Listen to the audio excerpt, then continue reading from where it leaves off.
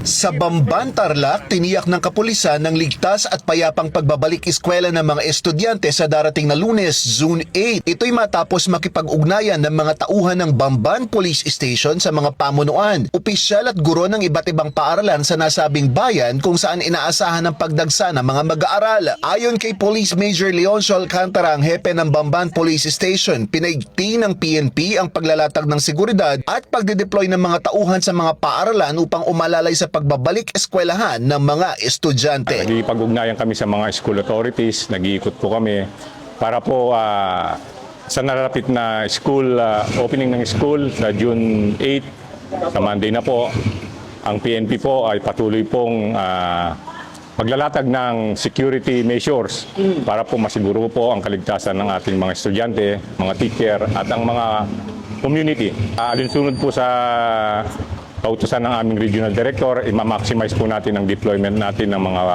kapulisan natin, magkakandak po ng police visibility, mobile patrolling, para po masiguro po ang kaligtasan ng ating mga estudyante. Para sa One Balita Central Luzon, ako si Jim Hipolito, laging on call sa balita.